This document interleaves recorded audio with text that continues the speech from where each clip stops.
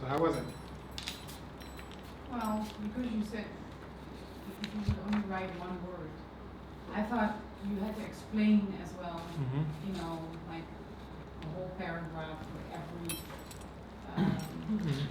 So that's why I thought 30 minutes is way, way too short. But if you can just, yeah.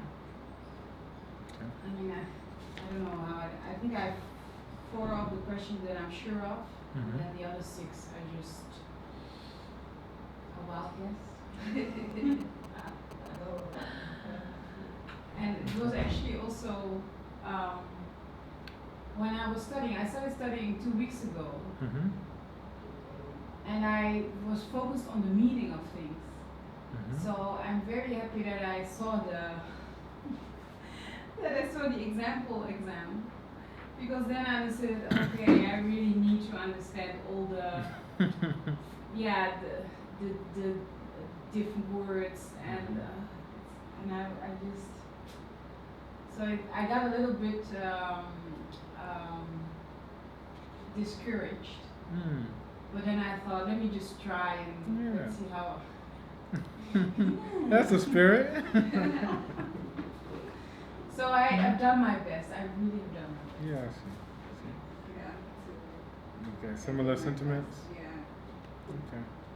There was just one question where I honestly had no idea, but the rest I can vaguely remember the details. Okay. What was the one? What was the first one? Question 7. Okay.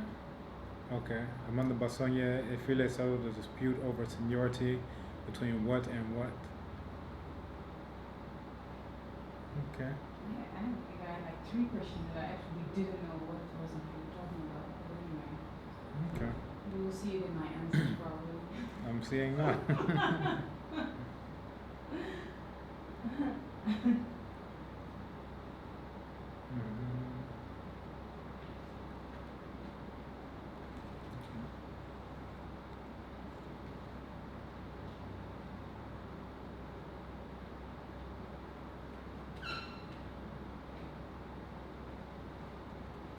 Good. Okay. No comment yet. The suspense is much better for your heart. So the first one, Ma'at, right? So that's how you write Ma'at in Middle Necha. Principles, cardinal virtues of Ma'at: truth, justice, balance, order, harmony, righteousness, or propriety. You can use either one of those, and reciprocity. Those are the 7. Element of destabilization among the Yoruba is Ishu. The element of destabilization among the Dogon, that is Ogo. Name of the creator, supreme being among the Dogon, that is Ama, and how many original signs were created. Among the Dogon, they say 266. Oh. So Yoruba is 256. Oh, no. Because they have the other 10 guide signs.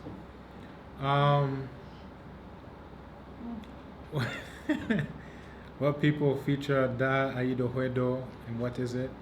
That's the Fon people of Benin, and that is the serpent that coils around the earth, right? And you could, of course, give a deeper description if you so choose. What plants did Nri dig up from the graves of his son and daughter? That's yam and cocoa yam. I saw one got that. Among the Basonye, File settled the dispute over seniority between what and what? The sun and the moon. In the text, what divinity descended to earth on a golden chain? That is Obatala.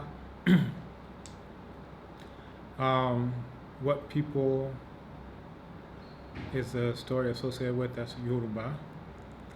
And this is, I would have taken another one that in more contemporary times you have Yoruba who say that it was Oduduwa who descended on the golden chain, and Oduduwa is the ancestor of all the Yoruba people.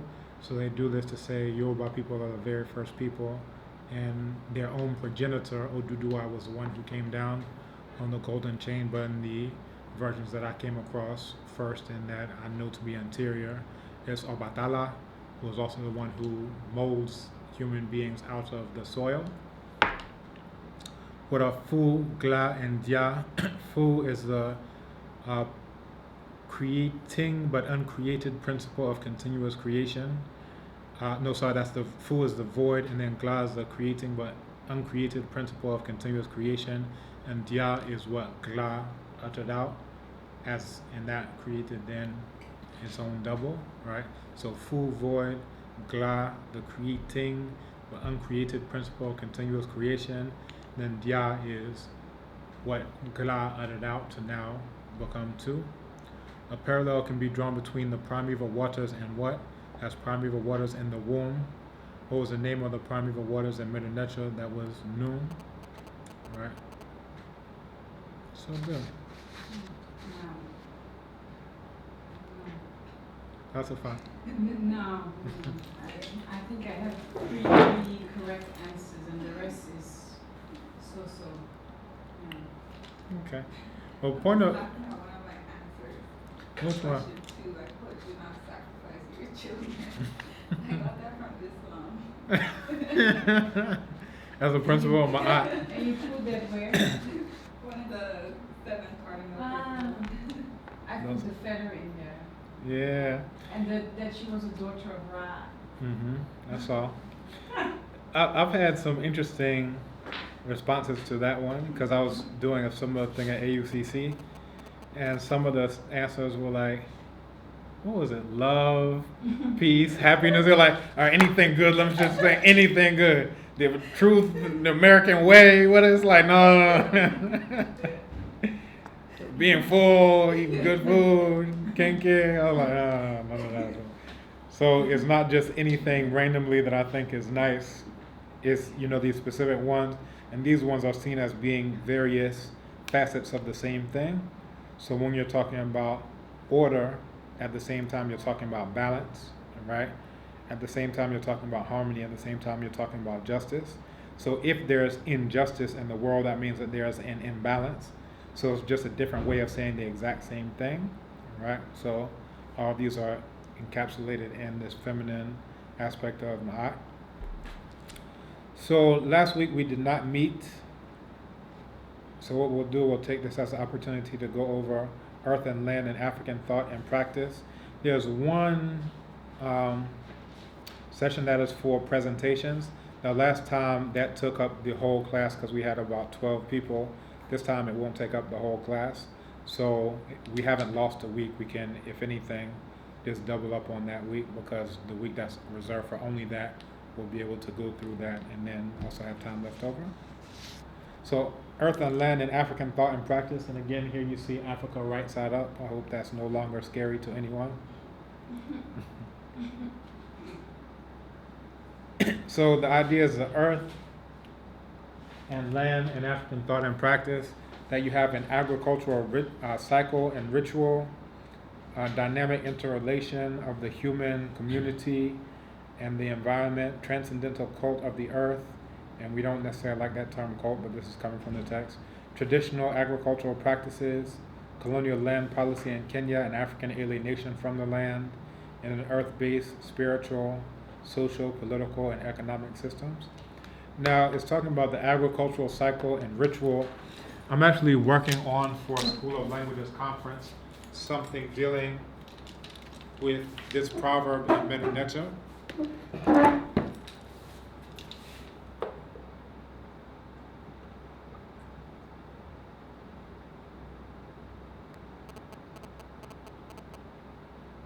It's from a text referred to as by different names, but one is a dispute between a man and his ba. Others say a conversation between a man and his ba. There's not so much of a dispute.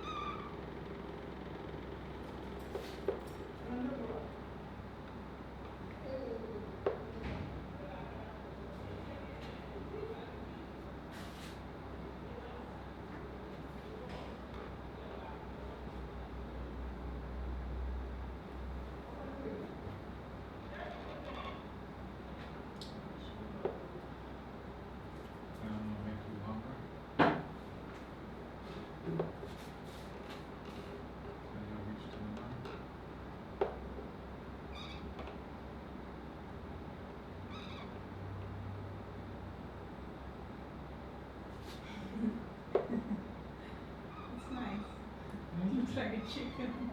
It is. No, it looks like that. Oh, it is a chicken. Yeah, it's a chick.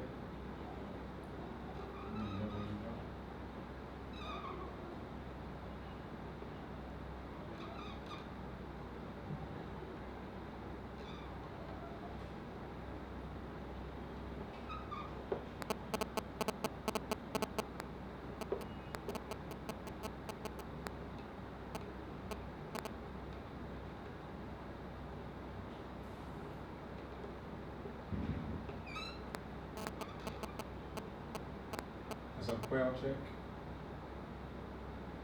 No. Can anyone read this for me? Said them I'm looking at you. But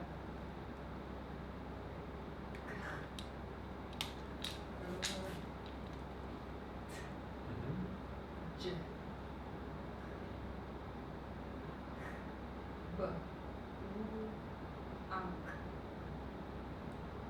Mm. What's this sound?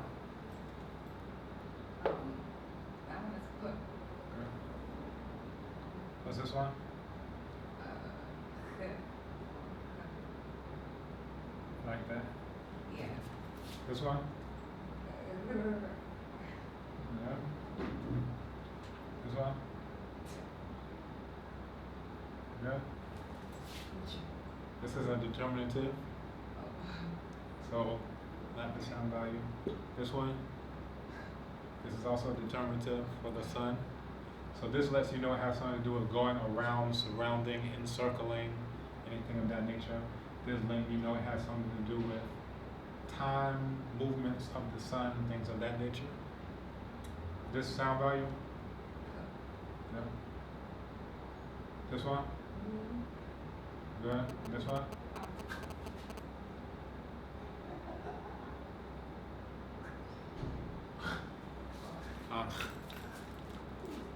So, very good job.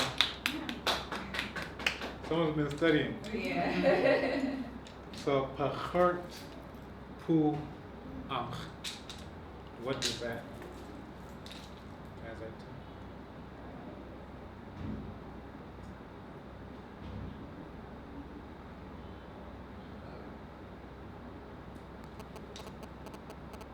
Giver of life.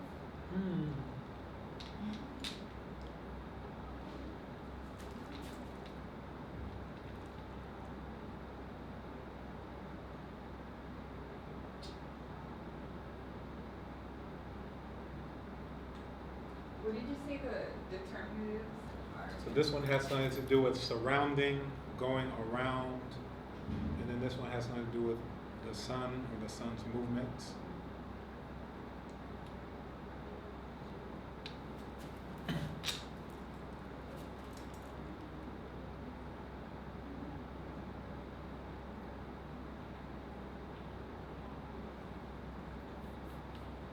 Should I help?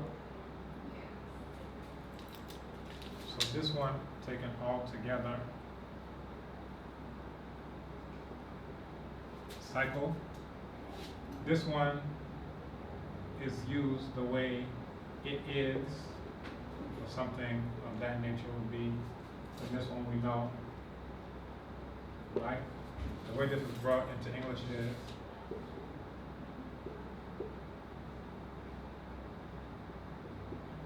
life is a cycle. Alright. So, as we're talking about agricultural cycle and ritual, the paper I'm working on, or the presentation that I'll be working on, is with Dr. Ajay.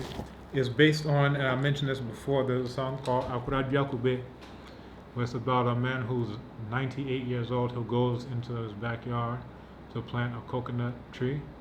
And as he's going, there's a young man who says, "Oh, old man, what are you doing? You know, you're not going to get a chance to partake out of this. You know, why are you trying to plant a coconut tree? We're the ones who are going to get it."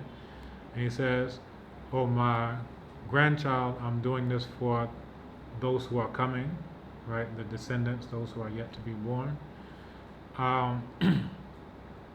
So basically what I'm looking at this is looking at that as a prototypical sacrifice. Right, so we talk about sacrifice in the African context. What we're saying is something that I would have taken in myself. Instead of doing that, I'm sacrificing it to those who are yet to be born. And the prototypical way of doing that is by planting a seed that you otherwise would have eaten. So you could get all the energy and nutrition and whatever from that seed by just taking it in yourself, grain or whatever. But instead saying, all right, I'm going to leave some behind so that my ancestors, this is an offering for the ancestors. Basically the understanding that ancestors and descendants are one and the same, right? And then I'm also looking at a poem called Les Sources, which is The Breaths by Brago Diop, where it basically says that the ancestors are in everything around us, in the wind, going through the trees, in the crackling of the fire, in the water, in the rivers, the sounds that come from them, that they're all around us. I'm basically looking at this in the context of energy not being created or destroyed, only transformed. So the ones who you've buried are the same ones who are going to eat, the thing metaphorically, but what you're doing literally is that what you've planted in the ground is going to be consumed by them when they come back again. So basically what your ancestors were made out of before go back into that cycle, and then they return back to you. So the water that was in people 2,000 years ago, that water still exists, but it's just in a different form. I hope you're following. So we're talking about this in the context of agricultural cycle and ritual. So part one is dealing with sacrifice, the prototypical sacrifice in that sense, and then looking at libation as connected to it. So once you've planted that seed, in order to make it grow so that your descendants and your ancestors can partake of it, you pour water on it. So looking at all these things moving towards life in order to assist life in growing and to keep this cycle going around. So looking at it also in the context of this cycle and this ritual. Sorry, can you repeat that what you said about libation? If you pour water on it. Right. So here you have a seed, that's your sacrifice. You've made a sacrifice to your ancestors, which at the same time is a sacrifice to the descendants, because those are one and the same. Those who are buried are going to transform into food that you eat, and that food that you eat is going to transform into your children. So literally, you're just having a shift of molecules around from dead body to food to in your mouth to womb to child to birth, and look, your ancestors have come back. So, did I answer your question? No. You said something about when you do libation. Exactly. Pour water. Right. So Is looking that at the sacrifice? So the sacrifice, the prototypical sacrifice is planting the seed. The prototypical libation is pouring water on that seed to ensure that it will grow. So looking at these two things as linked, I'm doing this for my ancestors, both to plant it, and I'm doing this for my ancestors to pour water on it. I'm doing this for my ancestors, and I'm doing this for my descendants to plant it. I'm doing this for my descendants to pour water on it. So looking at it both literally and figuratively as one and the same. And there are lots of proverbs that talk about the ancestors and the womb are one, or just this idea as we see in the Dikenga cycle as well.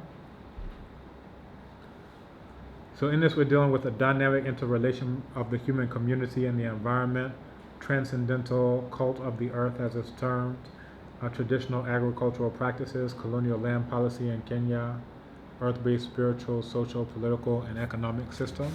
So this is what we'll be working with today. So in many African societies, earth is seen as a feminine, divine nature principle according to which society is organized.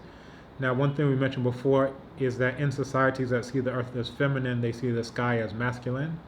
And those that see the earth as masculine, they see the sky as feminine. Can someone give me an example of that? Earth masculine, sky feminine. Yeah. Good. So Geb masculine and The sky was mute. beautiful. Very good. So whichever way you see it, the main thing is this core African thought that it requires both feminine and masculine to create life, right?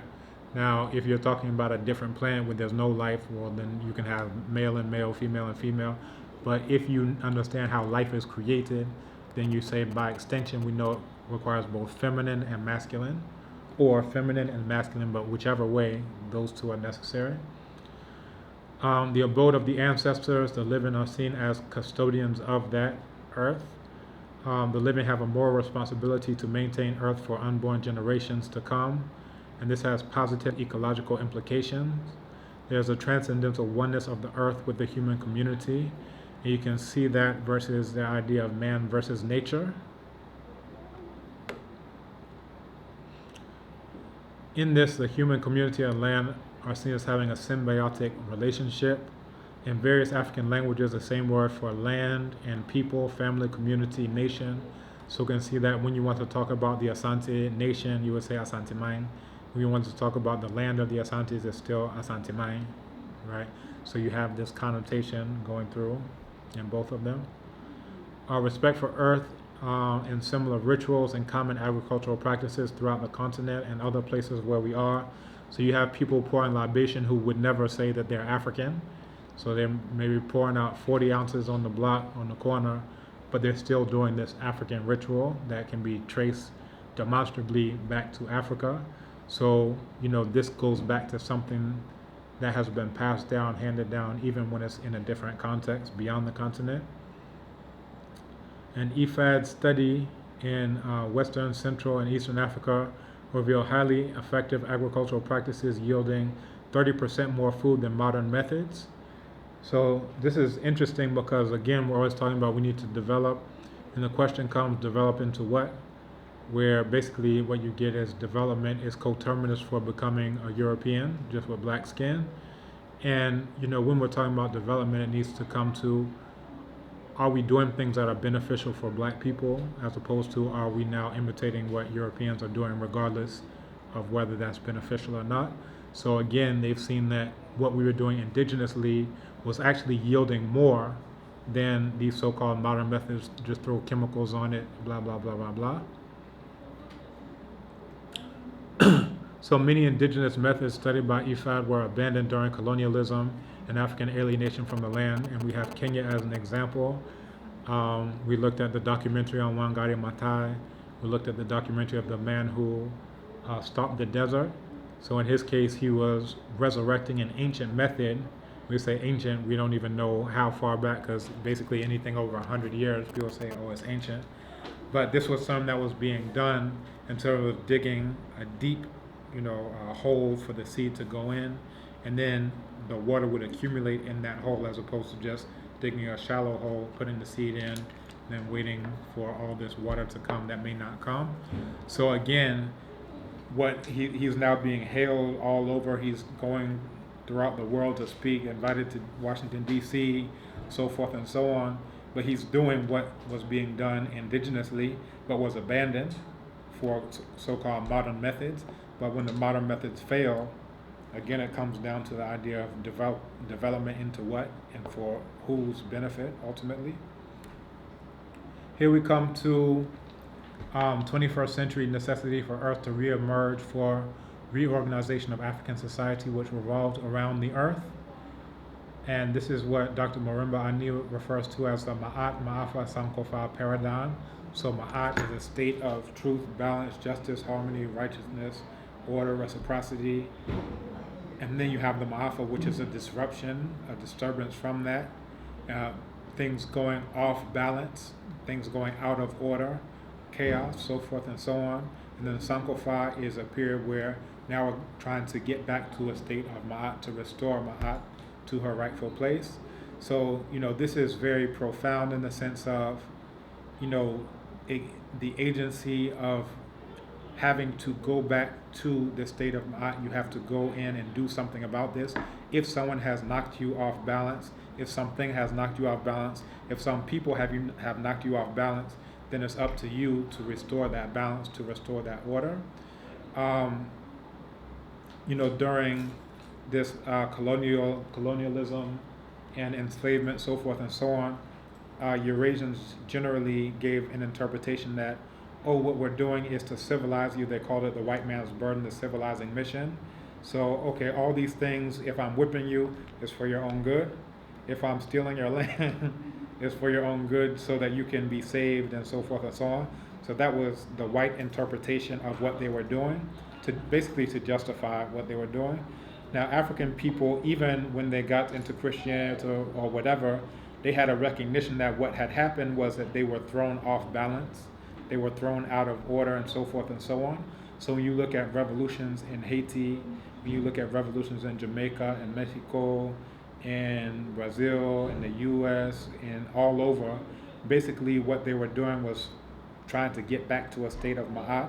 They recognize that these Eurasians have knocked us off of our path, of our destiny, so now it's up to us to get back on to this path.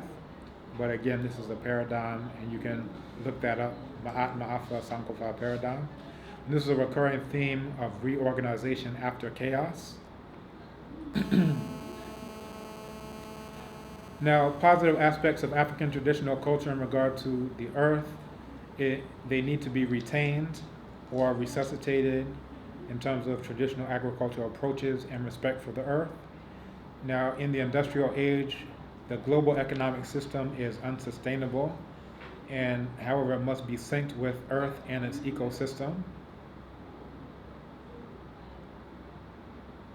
And we saw that the documentary we showed on how Cuba survived peak oil. All right, so basically that was seen as a sneak preview of what's going to happen all over the world when there's no more oil, or when it becomes more expensive to get what's left than is even worth expending the energy to get out. Now, in this also, ancestors are seen as the owners and custodians, living custodians of the land. There's a widespread, and the living are seen as custodians of the land. So the ancestors are the owners of the land. The living are the custodians of the land. So again, you have this cyclical thing. So the ancestors are going to come back and be reborn, and those who are custodians are going to shift to become owners. Those who are owners are going to shift back to become custodians. So in every generation, you're thinking about, what are my descendants going to have to eat? What are my descendants going to have to drink? What are my descendants going to have, so forth and so on. And this is a very widespread idea that the living are custodians of the land. And this land is handed down to the next generation in a condition to ensure their survival and one's own survival upon reincarnation. So when you have a concept of reincarnation, to some degree is selfless, and in another degree is selfish, not with a negative connotation, but you're thinking, when I come back, what am I going to eat? You understand? When I come back, what am I going to drink? So if I go and just destroy all the rivers and destroy all the land, then I know that, well, when I come back, and you will come back, because what your flesh is made out of is going to go into the earth and be recycled in the same thing. Remember, pachert pu ank. So it's going to be recycled, so literally you are even going to come back. The molecules that will come to join together to make your body, those aren't new magical molecules. Those are the same electrons, protons, whatever you want to call it, that were already here. So in the Akamba system, the human community consists of the living, the dead, and the unborn. And usually it's seen that the dead and the unborn are one and the same. There's an ecological responsibility and consideration of future generations. Again, the idea that land belongs to the ancestors, we find this among the Asante, the Talensi, the Igbo, the Amazulu, and so forth and so on. There's an idea that the living have inherited the land for temporary use, right? Again, the earth is seen as the abode of the ancestors, and we see this, we were talking before, in terms of the pyramid texts, which are very celestial in nature, that the idea is that the ruler, we've selected you to go off and join the stars and intervene on our behalf. We got a representative up there in the imperishable stars, because we know that the stars have an impact on what goes on the earth. So therefore, if you're there, you're going to be our intercessor on our behalf. But later on, you have what I refer to as the coffin text, and it's a shift away from such an emphasis on celestial phenomenon to more, we all have coffins, we're all going to get buried. So this is the ruler per se, that you alone are going to go off into these imperishable stars. We're looking at in the afterlife, all of us are going into the earth, so what are we going to do here? We have to have instructions of how to navigate that underworld. We have to have instructions on what to do in the Duat. So again, it's seen as moving from a representative type of system to a participatory system. So we talk about democracy, democratic principles, so forth and so on. basically you have a shift of, instead of you representing me there, I'll participate myself. The ancestors are appeased in order to ensure fertility of the soil and abundance of crops. Also, in the African concept, ancestors are thanked for the harvest and propitiated if the harvest fails. In this, rituals are performed in honor of ancestors at important phases of agricultural cycle, such as planting and harvesting. We find this still in Ghana to this day. Homowa Festival, Ojura Festival, so forth and so on. Among the Talinsi, the Ten, earth, and ancestors are seen as inextricably linked. The earth is concerned with general good or general law, whereas the ancestors are concerned with the good of their descendants. So you're appealing to your ancestors because who would have more of a vested interest in making sure their descendants do well than your ancestors? Because you yourself are the vessel that they will come back through. So the ancestors in the earth are seen as symbols of moral authority. In Igbo traditional law, Omenala is action in accordance with the earth and the land. As we talk about the agricultural cycle and ritual, there are rites that mark stages of the agricultural cycle, such as plowing, planting, harvesting, or as dictated by divination, and we see this among the Igbo people. We have first fruits of harvest and New Year as the most important agricultural ritual celebration. We can find this in the New Year in Kemet, also celebrated at harvest time. So in the past, you have inundation coming. This is around July. In modern day, it's more around August. But all of these things, still to this day, among various people in Ghana, they celebrate the New Year around August, September. So the New Year isn't January 1st or that time. It's talking about the time where these things are happening. And again, it's linked to the agricultural cycle, what's going on in the agricultural cycle. We find the Kwanzaa festival as a revival of this tradition in the African diaspora, and that one, however, is December 26th through January 1st.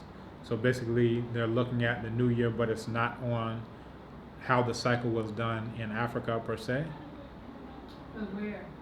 Where is the Kwanzaa festival being held? It's held primarily in the U.S., but it's also done in the U.K. and other places all throughout the diaspora. Oh, okay. Yeah. Ojura, among the Asante, you have between 1 and 2 weeks offerings of yams, poultry, meat, drink, eto, made to ancestors and divinities. Eto is mashed yam with palm oil, sometimes with mashed boiled eggs in there. Also, there's an idea of ritual purification from defilement of the land and community. This is generally led by a traditional ruler to take a ritual bath in a stream where, there is cleansing and purification by sprinkling of water and sacrifice of a black hen. We see there's also the idea of the Songha understanding of Bibi as that which is black, that which is good, that which is powerful, so forth and so on. And this is to ritually cleanse for a fresh beginning in the new year. And again, we're talking about this idea of life as a cycle, as we saw in the Dikenga. From this, we have a dynamic interrelation of the human community and the environment. There's an African ontology of nothing exists of itself. Beings and things exist in relation to other beings and things. So there's a proverb in Chi. So we're doing Sakoka Anansin Pusuni Nila. And it translates to, if you take your hand and touch the spider's web, then it shakes the whole edifice. So the idea that these things are all interconnected and all interrelated. So basically an understanding of things as systems, as we talk about sometimes. There's also another proverb, which is this one.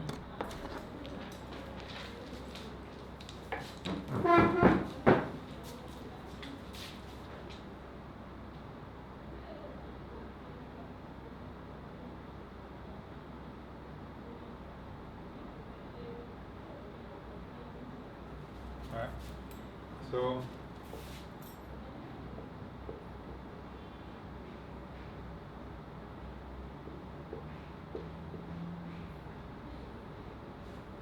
So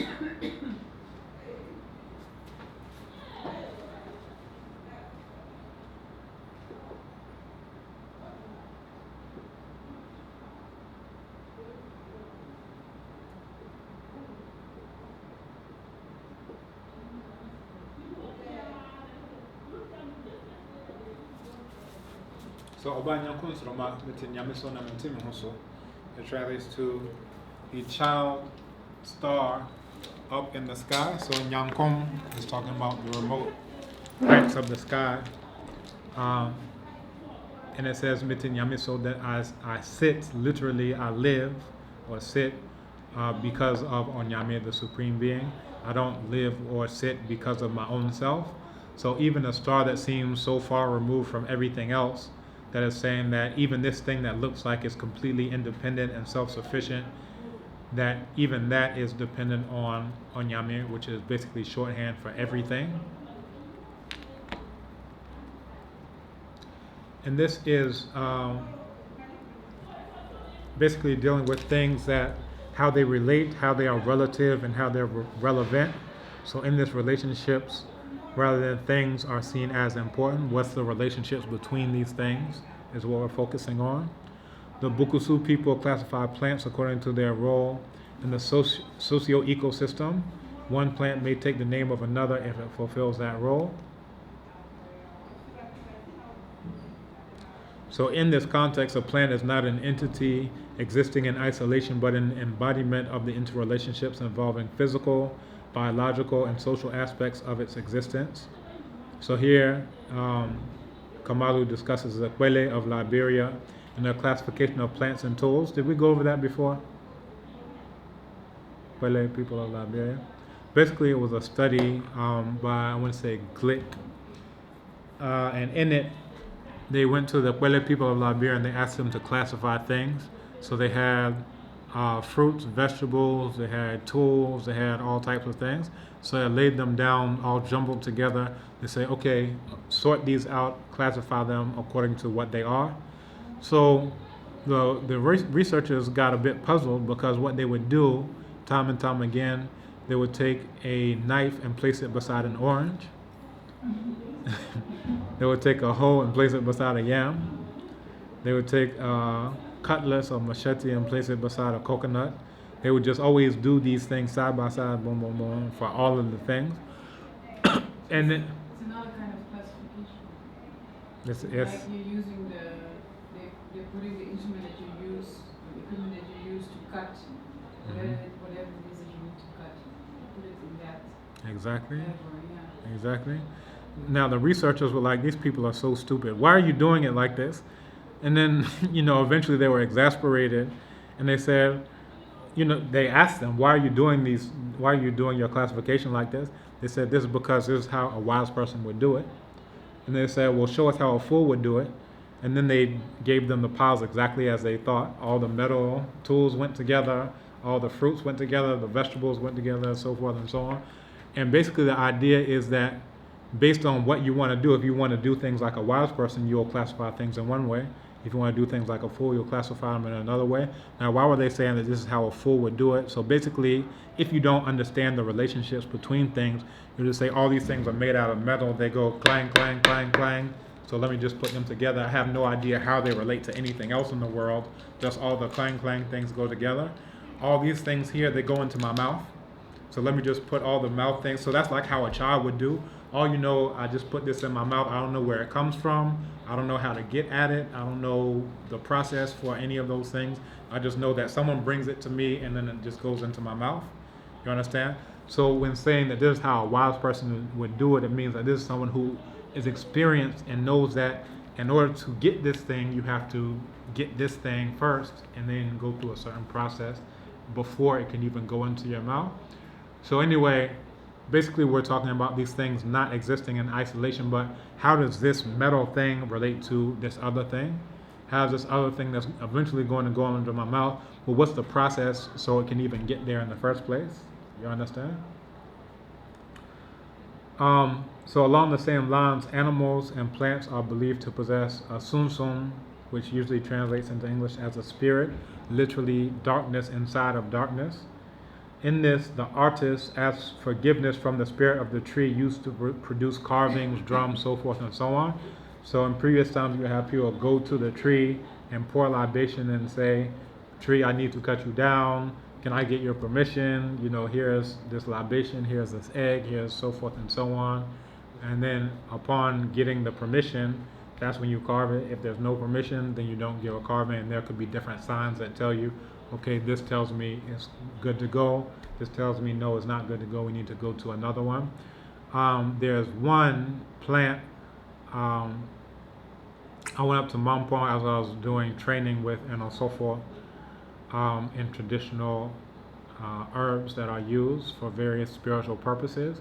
And one is called, Obran Piata, which is the strong man pulls and farts, which is an interesting name. But basically, this is one where if you pull it and it doesn't come out, you just leave it because it's interpreted that the plant doesn't want to come with you. And even if you do try to use it, it won't be effective in your medicine that you're trying to do it for. If you pull it and it comes up very easily, then it's like, okay, this is good to go, this is fine. Same thing, other leaves that come out, other fruits. And you can even just see on a basic level, when the fruit is ripe, it'll very easily come off, the branch. If it's not ripe, then, there's some resistance. So imagine you have a mango that's not ripe, you're pulling it, it's not coming off the branch, you say, you're coming. You pull it off, now you eat the mango, what does it taste like? Right? It's not ready for you to come. So in a very literal sense, you're asking, is this ready to be harvested? Is this ready to come in? Is this ready to be used for whatever I'm using? If it is not ripe and you try to use it anyway, then now you're trying to chew on this mango and it's like chewing on an apple that's very bitter and sour, so forth and so on. There's an idea of kinship with the natural environment and also an extended community of which humans are part.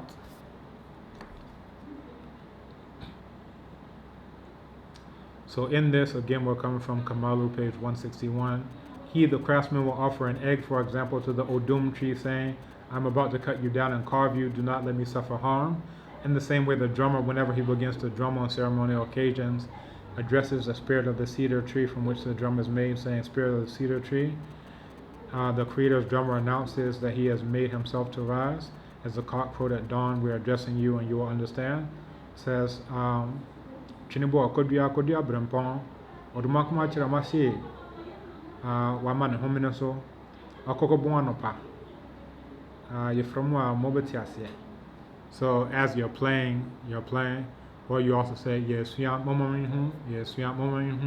which is we are learning, allow us to see. So these are the things that are said, and there's a whole ritual where as you're playing to all the different parts of the drum. So, the animal skin that's used to make the top, you have appellations to that one.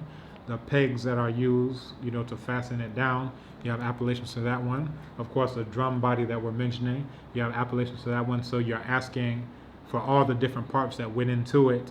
And again, this is talking about the interrelationships. You have to even know that this part came from this part came from that, this part came from this, before you can even go into this whole thing. So soil by the same token is respected in the same way, and there's propitiation to the earth with offerings of fowls, yams, and so forth and so on. Again, talking about this idea of sacrifice. At harvest, the earth is thanked with a libation and or sacrifice. There's a link with the earth symbolized by a link of the person with the land through the umbilical cord. This is common for a newborn child's umbilical cord to be planted with a fruit tree seed, and this builds a relationship with the tree. The person and the tree are seen as being like siblings. So when a child is born, they'll take the umbilical cord and possibly perhaps a placenta and bury those together. And as the tree grows, this is also seen as a link of the person back to the place where they came from. So even if a person moves, there's a symbolic link of the invisible umbilical cord pulling the individual back to his or her homeland. Now, last year we had Ike Oyama give a talk. He says, I'm not a plant. So they asked, well, why don't you come back to Ghana? Why aren't you living in Ghana? He says, I'm not a plant that's been rooted. I'm still in Africa. So I'm still in the place where I came from. So this is how he saw it. And we see this practice has survived in the Caribbean, also in the US, in Barbados, and Grenada, all these places. It's widespread in African cultures among the Igbo, the Amazulu, the Baganda, and so forth and so on. Now, what Kamalu refers to as the transcendental cult of the earth, there's a belief that human beings came from the earth and are made from the earth. And this morning I gave a talk and we talked about how the Eurasians say, okay, Kemet doesn't mean the people are black, it means that the earth is black. But they forgot as they were trying to come up with that the people said that they're made from that black earth. So you're back at the same place you started with, that the people are still black. So they say that Khnum created all people on the potter's wheel, first created the people of Kemet, which is black people on the potter's wheel using this black soil, this black mud. So again, this relates back to our discussion of the energy changing forms. So if it's not made from the earth, then what do you think that you are made out of? You understand? So it's not necessarily literal to say that, okay, we're going to put together clay and then move you out, but literally the things that you are eating. In Kikongo, among the Bakongo people, they have the idea that plants are ngungu, which it translates to pipes. So basically a way of mining, in a sense, is to plant something and then these stems are pulling the various minerals out of the soil. So as opposed to digging and trying to get the iron, digging and trying to get the cobalt or whatever you have, you're basically using the plant in order to do this harvesting for you. So then these minerals that are in the earth, when you eat them, then they become part of you. I hope you're following along. So literally, in that sense, you actually are made of the same thing that the earth is made out of. And we talked about how we go back to the idea of the Dogon concept of the Big Bang, that eventually everything is made out of the same thing in terms of the core building elements. In Kemet, they call it atum. In modern day science, they call it the atom, right? So again, many languages have the same word for the human community and the earth. And you also have myths about the human being being fashioned from clay. So you find this among the Bambuti of Congo, the Shilluk of Sudan, Barundi of Burundi, Banyarwanda of Rwanda, the Yoruba of Nigeria, Kemetiu of Kemet, and we can go on and on and on and on. So you could say, oh, it's a myth, but in a very tangible sense, what do you think you're made of if you don't think that you're made of the exact same thing that the earth is made from, right? So whether you eat the plant directly or if you eat the animal that ate the plant, ultimately all of this is coming out of, all of your material thing that goes to make you is coming from the same ultimate source. The earth is red. Hmm. The soil is red. Which soil? Well, if you southern Africa and I think eastern Africa as well, but I'm not sure about that one. But you see that the soil is very, very red. So again, it comes down to when you go to the original concept of this, you find it in Kemet, and there the soil is black. So Khnum was associated with the inundation, right? So the inundation of the Nile, it brings a flow of silt coming down from all the mountains, and then with this inundation. So this is the very first concept of people being made from the soil. So before any biblical, so everyone else is getting it from there. So in this original concept, what you're saying is that you're made out of the same thing that this inundation of the Nile that brings this black, rich soil to you where it comes from. So the other stories of, all right, we're coming from clay, we're coming from mud, we're coming from soil, that we have to go back to the very original concept of that and how was it conceptualized in that context. Yeah, and where? Because the soil is not everywhere the same. Yeah, so this is the point that we're making. So when we're talking about Khnum, you're talking about a place called modern day Elephantine. It was called Abu in ancient times, so it's associated with the elephants. So again, Khnum is a very ancient divinity that was associated with regulating the inundation of the flow of the Nile. So in the famine stela, which is also found on that same place, Abu. There's a story of when there was a famine, and that's why they call it the famine. So there was a famine where the Nile was not flooding, for years. So they had to send Imhotep to the source of the Nile to find out what was going on. And what he did, he went to the place from which the ancestors had made their way. He went to the place, the first of the first Num of Wawat, which is talking about deep in Nubia. He went to the Twin Caverns. So basically he's going there in order to find out from Khnum what's going on. And what Khnum says is, you haven't made the appropriate ritual sacrifices to me, so therefore I'm holding back these flood waters. When you do the things as are necessary, that's where I'll open them up. So they go through, Imhotep comes back and makes a report to Nincherikhet, which is also known as Josa. And then when he does this, now the Nile starts flooding. So the place that you're talking about, you can go there right now and look at what that soil is after inundation. Now, later on, we talk about Hapi being associated with the inundation, but the one who controls whether or not this black mud is able to come through is a divinity of Khnum, who takes that exact same black mud in order to make people on the potter's wheel. So again, we have to go to the source of where this story is coming from and where, just as you're saying, because in the place it's coming from, it makes perfect sense. All right.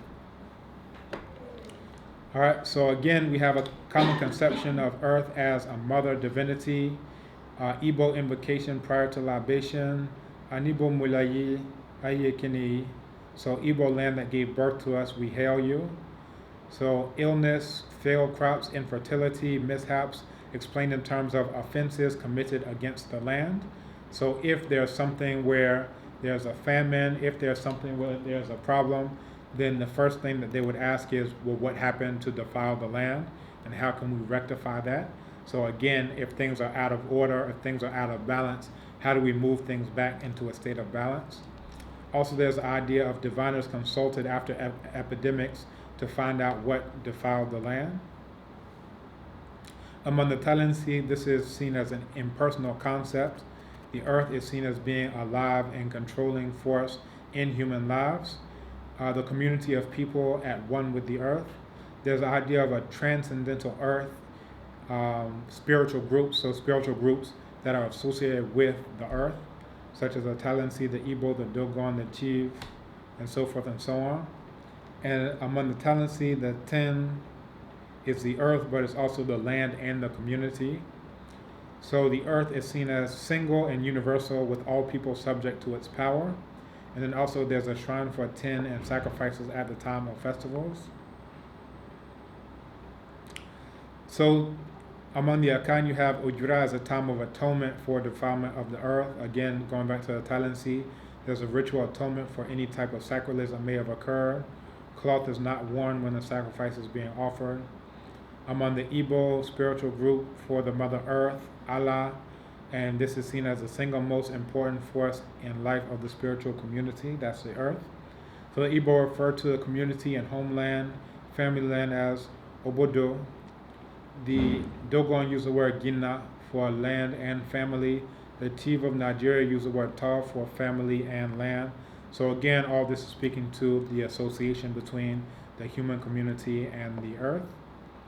So among the Tiv, Tar is the land family. The Tar is the complete world. It is the body and the soul, the substance and the essence, the past and the present, the people with their customs, habits, built-in traditions of the ancestors, all other forms of life, and the land on which they live, and also the replica of this with the spirit of ancestors and others with the whole of nature. So again, this is talking about the interrelationships between all of them. Among the Talensi, and again you find them in northern Ghana, you have the earth, both one and many. You have shrines and localities called Ten, but under a single principal shrine known as Bwim, under jurisdiction of the priests of earth known as the Tendana. So Tendana only wears animal skins, and they oversee all ritual action for harmonious relationship between the earth and the human community. They're often referred to as the earth priests. Now, whereas the Igbo lack a centralized political authority, but the earth serves as an integrating force, that all of us are subject to the earth. So the earth priests and family shrines, village shrines, clan shrines to the earth divinity power Allah. So the priest is responsible for carrying out atonement for offenses committed against the earth. And then they are seen as they need to be mild, modest, and peaceful in accordance with the office of being an earth priest. The Bang of Ivory Coast, you have the earth itself seen as being both a unity and refracted into smaller bounded earth contained within the Bing region. In each of these forms, the earth is said to hold great mystic powers over human life. Each village is associated with at least one name earth, each of which has two masters of the earth. In this, the earth is seen as a source of moral authority as well. So in Igbo, the greatest offense against the earth, Allah, is the murder of a human being. The greatest sacrilege against the earth for Thailand is the shedding of human blood and strife. So there are sacrifices of atonement to avert perishing of the offspring. Among the Igbo during the sacred month of the Igbo, quarrels, violence, and litigation are strictly forbidden. The same is true among the Tsonga of South Africa and the Kikuyu of Kenya. In the Igbo worldview, most sacred oaths are associated with Mother Earth. So you'll say, I swear by the earth that this is true, or I swear by earth that this is not true. And it's seen that if you are not being truthful and you make that oath, then of course, where do you think you'll be walking? And eventually you'll have to pay for it. And this is an idea that's widespread in Africa, and we see this among the Kikuyu of Kenya especially. Their traditional agricultural practices, and they involve a respect for the soil. It's a common practice to plant a mixture of crops to cover the soil year-round to prevent erosion. There are various methods of minimum tillage and avoidance of certain tools to avoid soil damage. Soil and water conservation were not introduced by foreign experts, but they were part and parcel and built into this. And it makes sense that you would think about if you've been on the planet for at least 4 million years, right? It makes sense to think about how are my descendants going to survive if I destroy the earth in one go. So some of these are saying, all right, let's leave this land fallow and allow it to regenerate while we're using this earth, because this is what you literally need to do to make sure that your ancestors will be reincarnated. So there's an imperative for African land users to conserve the soil and water to maintain soil fertility at acceptable levels. Now, interestingly enough, the author of our primary text, Chukwunyere Kamalu, is an earth scientist, where he goes into all these things, soil conservation, measuring pH levels, all this type of thing. So this is actually his focus in all of these types of things that he's dealing with. So long fallow periods of no cultivation to allow regeneration of vegetation. Now what the British and others did is that when they would see this land that's being left fallow, they would say, oh, it's not being used, we confiscate this for the crown. So now, after you're done with this land and you go back to this land that you had, which was fallow, there's a flag on it. And they say, now you have to pay in order to use this land. This is our land. You weren't using it, so, and this is also what they use in South Africa. They had this policy or this idea that the land was vacant. It was completely vacant before they came there. So therefore, they're just coming to unsettled land, so don't worry about it. But again, you have to look at this in the context of what we are dealing with. Also, you have ash or compost fertilization, minimum tillage techniques to avoid soil damage. And when we're looking at ash and compost, you're talking about infusing nitrogen into the soil and other things. Systems of intercropping and crop variety mixtures maximizing soil cover. So basically, you don't monocrop and say all of this for the next 20 miles is going to be tobacco, right? So if you do that, it's going to create a context where you have bugs that only eat tobacco that are coming here. So now doing it that way, now you have to use chemicals to get rid of the bugs that are coming for tobacco, but you don't have to do this in a